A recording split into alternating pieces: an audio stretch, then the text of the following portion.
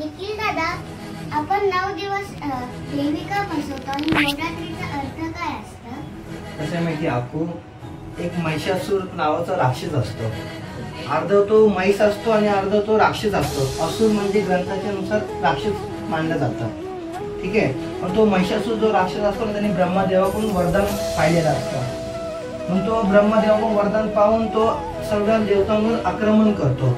मग सर्व देवतांना तो त्रास द्यायला लागतो ना, मग सर्व देवता कुणाकडे जातात? ब्रह्म विष्णू महेशकडे जातात. हे सृष्टीचे पालन जे ब्रह्मदेव, विष्णुदेव आणि महादेव हे तिघ देव एकत्र येतात.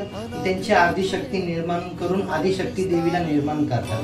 मग आदिशक्ती जी देवी असते ती जाते महिषासूरचा वध करायला. मग महिषासूरला माहिती पडते की देवी माझ्याकडे येते माझा वध करायला. मग जेव्हा देवी समोरासमोर येते तेव्हा महिषासूर देवीला बघून एवढं चकित होतो की देवीचा जो सुंदर रूप होता ना, मग देवीला तो काय म्हणतो की मला तुम्ही आवडले आहे, मला तुमच्या सोबत विवाह करायचा आहे. देवी पण एक त्यांची आज्ञा पाळते आणि त्यांचं पण एक अट ठेवते. देवी काय म्हणते, मी तुमच्या सोबत विवाह करायला रेडी आहे. माझी पण एक अट आहे, जर तुम्ही या युद्धामध्ये जर मला हरवलं तर मी तुमच्यासोबत विवाह करेल, जर तुम्ही हारलात तर मी तुमचा वध करेल. देवी अशी बोलते. तो महिषासूर राक्षस आहे ना, देवीचा जो असतो ना अट ती मान्य करतो. मग त्यांच्यामध्ये जो युद्ध चालतो ना, तो 9 दिवस युद्ध चालतो. मग 10व्या दिवशी देवी विजय प्राप्त करते.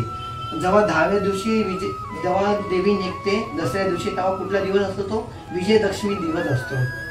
आणि जो त्रेतायुग मध्ये जो रावण आणि प्रभू श्रीरामांचा जो युद्ध चालू होता, तो पण 9 दिवस युद्ध चालू होता. तर 10व्या दिवशी दसरा म्हणजे 10व्या दिवशी दसरा केला जातो. म्हणजे 10व्या दिवशी कुणाला मारलं जातं? रावणला मारलं जातं. म्हणून दसऱ्या दिवशी रावणला जाळलं जातं. ही अशी कथा आहे.